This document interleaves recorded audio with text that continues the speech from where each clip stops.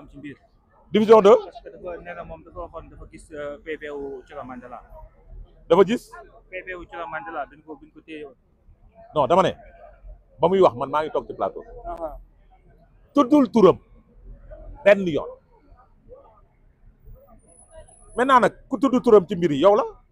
maintenant ce qui se passe mooy sur cette situation division de fausse nouvelle peut-être c'est des choses yoo xamante ni soo ko ci dugalee mooy loolu mais ñoom li ma gëm mooy à la suite de cette interview là de cette audition Aïssatou Diop Fall va rentrer man loolu laa gëm te looloo am nit ñi nag dañoo liggéey woon parce que ñun dañuy liggéey tooguñu ñuy dox tooguñu muy dox quoi dañuy liggéey woon nit ñaa ngi ñëw ah les gens vont venir. Ah bon? le PDS a envoyé une délégation mi ngi ñëw. Et tu comprends? Les gens vont venir pour lui apporter ça. Non, man sama jëm nag ma ca xeeb. N'est-ce pas? Voilà, donc pour dire que waaw. Mais le moo tax gisuñu des doyens de la presse. Aïssatou Diop Fall loo ko mën a waxal, c'est une doyenne de la presse sénégalaise.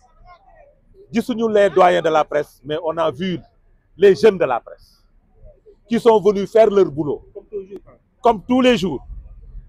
ma yërëm leen lool parce que xam naa ne sonn ngeen xiif ngeen moo tax ma ne la état bi war na mën a tal leneen lu dul di regrouper la presse devant les locaux de la cybercriminalité parce que war ngeen mën a tal leneen au niveau des rédactions war nañ mën a traiter leneen lu dul ay convoqué nañ diw parce que Sénégal moo war a dépasser fii c'est-à-dire aujourd'hui si fii ngeen nekkoon fii ngeen doon taxaw de 2021 à 2024 waaw wala déet vous faites la même chose kon où est le changement dans tout ça? Il n'y a aucun changement. Le Sénégal n'a pas évolué.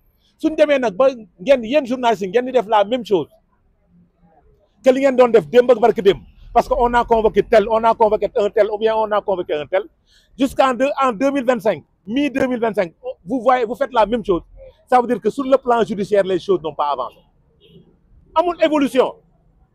Nous avons une rupture avec nous, nous avons un juge de liberté. Parce qu'aujourd'hui, tu peux avoir la volonté. Mais nga dox ci sans pour autant que loi bi am nga def sax ce qu'on appelle de l'injuriance dans ce que tu fais. Mais malheureusement, ce que nous constatons, moi, il y a plus de 1000 arrestations, convocations au niveau de la cybercriminalité. Mais c'est grave. Il y a personne, il y a un état net. Il y a une division de fausses nouvelles. Division de fausses nouvelles. Vous ne pouvez pas porter plainte pour division de fausses nouvelles. Il y a quoi tu double? C'est une affaire civile. C'est une affaire civile entre deux confrères. Ça pouvait rester au niveau des rédactions, ça pouvait se régler au niveau des rédactions.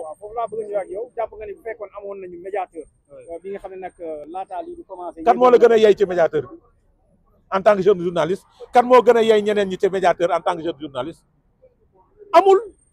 Il faut que mu am Sénégal ñoo xamante ni s'il y a ces sud on a appelé la personne qui a fait la plainte, mais dafa ne moom bu ko kenn woo parce que nee na moom dafay dem ci yoon. Parce que quand on a un esprit de revanche lii rek mooy problème parce que yoon réglagul dara Sénégal yoon day yokk animosité parce que man ku ma dugal kaso pare naa ci yow parce que man du ma bañ doomu aadama nag du ma bañ kenn mais pare naa ci yow damay sóor sama ku ma yóbbu police aussi damay pare ci yow dama lay suur. Maintenant nag Sénégal loolu mooy culture bi mais évitons d'amener les gens au niveau de la cybercriminalité au niveau de la division d'investigation criminelle ou bien devant la barre parce que loolu du taarixu Sénégal du andiwul charme ci Sénégal lii xew Sénégal nii entre les acteurs politiques yoonu journaliste waru cee nekk kay ma wax la nag nous les acteurs politiques ay xarit lañ de c'est nous dans nous ñooy takkante ñooy fréquentante tous les soirs on est ensemble les gens du pouvoir comme les gens de l'opposition keneen ku ñàkk ngeen ma baal ma wax ci kàddu keneen ku ñàkk fayda ba bañ a comprendre loolu yow la mais nous on gère nos rapports on gère nos relations su ma xewlee Amadou Ba l'actuel ministre day ñëw sama kër su xewlee damay dem ci këram su ñu amee bànneex pareil su ñu amee naqar pareil maintenant comment pourquoi la population doit accepter que ñun ñu leen di jaxase seen biir sama kabe gi sax mu ngi tuur. voilà yaa ngi xaar ki nga xam ne nag mooy sa sœur sa rakk comme ni nga ko waxee suba bi mooy Aïssatou Diop Fall pour ngeen mën a andi. waaw man loolu moom fenn parce que j'ai une émission à faire. J'ai une émission à tourner. Avec elle? Non, pas avec elle. Dama koy bàyyi mu nopp la parce que sonn na. J'ai une émission à faire, j'ai une émission à tourner. te émission bi moom la Sénégal gi yëpp di xaar moom la journaliste yëpp di seetaan moom la ñëpp di seetaan muy ngonalu réew mi dañoo xew nag parce que moom mooy loolu mais de toute façon il est là depuis si suba non j'ai dit xam nga nag le silence de la communication et Doudou a communiqué il a sa manière de communiquer. Comment il a communiqué?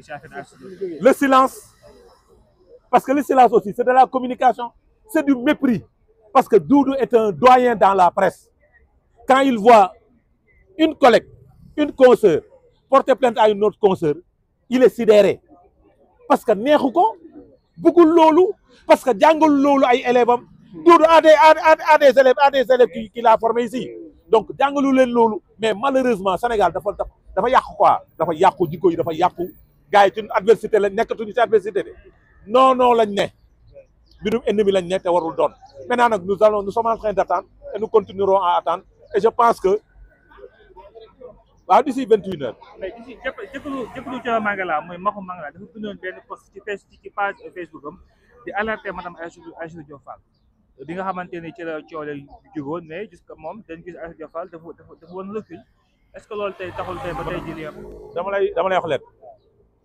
Maxu il fait partie des rares personnes qui est venu chez moi Maxu Mandela ñëw na sama kër xaw ma lu bon ci moom lu baax laa xam ci moom mais soo gisee nit problème am na diggante ñaari jigéen yow ngay kilifa da ngay yëkkat sa téléphone woo keneen ki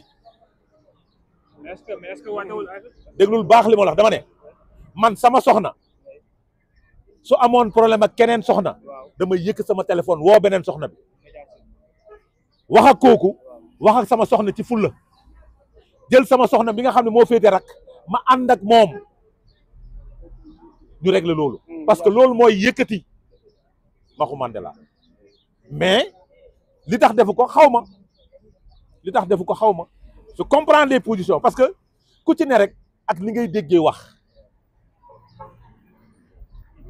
man lu ma nit wax ma positiver ko dama ko jël mukk le côté négatif parce que si tu prends les déclarations des uns et des autres du côté négatif yaay sonn waaw yaay sonn man lu ma nit wax je le prends du côté positif parce que du ma jàpp sax ni man lay waxal gis nga si les gens avaient lu ce fameux livre les quatre lois Toltec bés bu ñu ko liiroon dinañ bàyyi nit di wax ci télé muy mer. yaa ngi annoncé léegi ni PDS dafa yebal délégation pour ñëw soutenir ñu ngi ñëw mais yan relation yu spéciale la Aïssatou Diop Fall wala am ak waa PDS. elle est doyenne dans la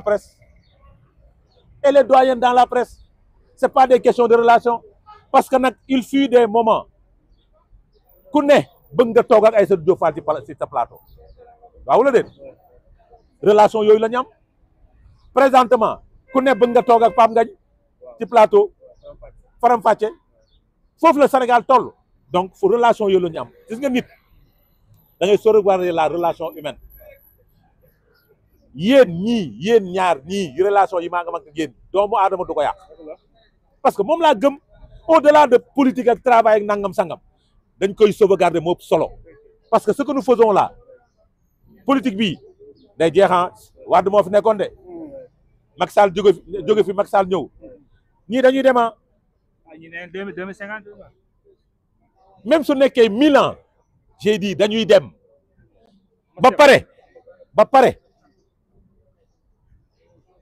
na presse bi conscient carte gi day dëpp de carte gi day dëppu parti bi day dëppu vers l'opposition les nombres de vues vont évoluer vers l'opposition te du dépasser 2025 bii en 2026 les choses vont évoluer parce que le Sénégalais est résilient mun naa toog mu ñaari at su gisul lu dal xelam dootu leen déglu de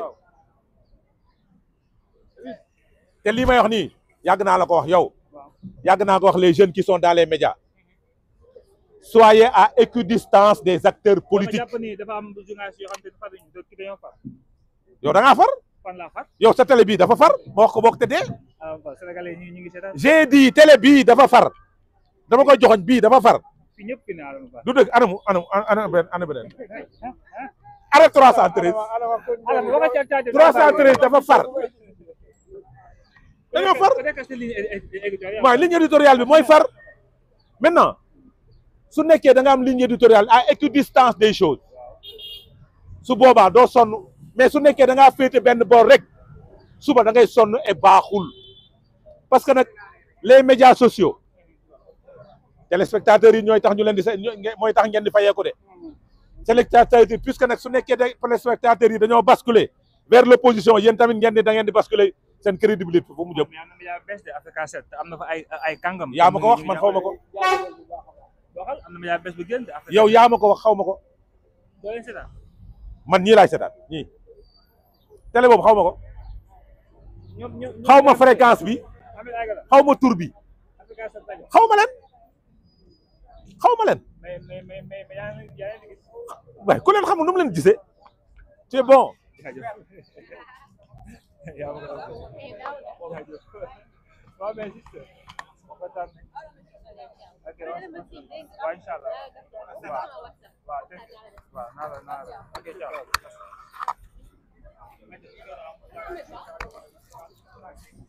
mbokki internet le Dakarwa TV mi ngi noonu en tout cas dégg ngeen kàddu yi nga xamante ni kii di Adama Fall daal dina ko yëkkati en direct fii ci cybersécurité moom itam mu bokkoon ci ñi nga xamante ni daal dinañuy def déplacement pour ñëw soutenir si kii nga xamante ni rek moom moo di Aïssatou Diop Fall fii ci cybersécurité daanaka depuis ce matin mu ngi rek jano ak ñi nga xamante ni ñoom ñoo di les enquêteurs ñuy waxtaane ñu jëm ca la nga xamante ni rek moom moo di convocation bu Thioro Mandela.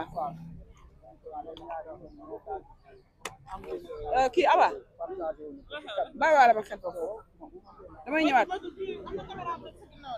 xaar jël si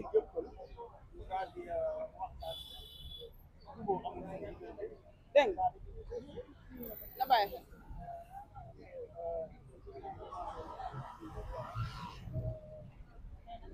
xel yi ñaaw tamit ñu bëri suñu bëggee suñu nammee dem fee nga xamante ne moom moo di garde à vue bon heure bi dina leen ci fekk peut-être que moom comme que dafa jege ñoom Aïssatou Diop Fall du ñàkk mu am ci information que ne que affaire yi mën na dem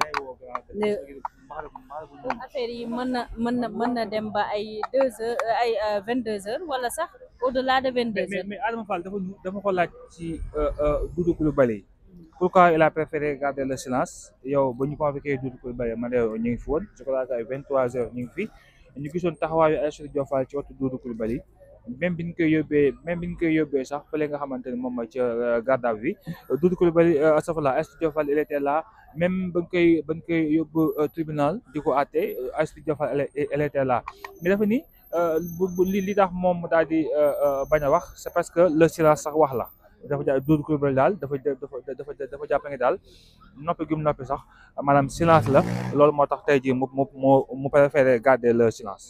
waaw ça se comprend l'affaire Doudou Coulibaly ndaxte lu yàggul dara moom Doudou Coulibaly moom tamit amoon na fi problème mu ñëw cybersécurité ñu daal di koy def garde à vue ginnaaw loolu gis nañ ñu yóbbu ko fi nga xamante ne moom moo di tribunal grande instance bu Dakaru tey Doudou Coulibaly bu opté silence dañuy jàpp ne rek dafa nekk ci sursis xam nga boo nekkee sursis tu n'es pas permis à tout dire looloo tax suba ba léegi ñuy dañuy gis mais aussi mën ngaa wax sa xalaat tamit par rapport ak mbir mi nu mu demee au moins sax nga jox Adama Fall wax rek man damay rejoindre même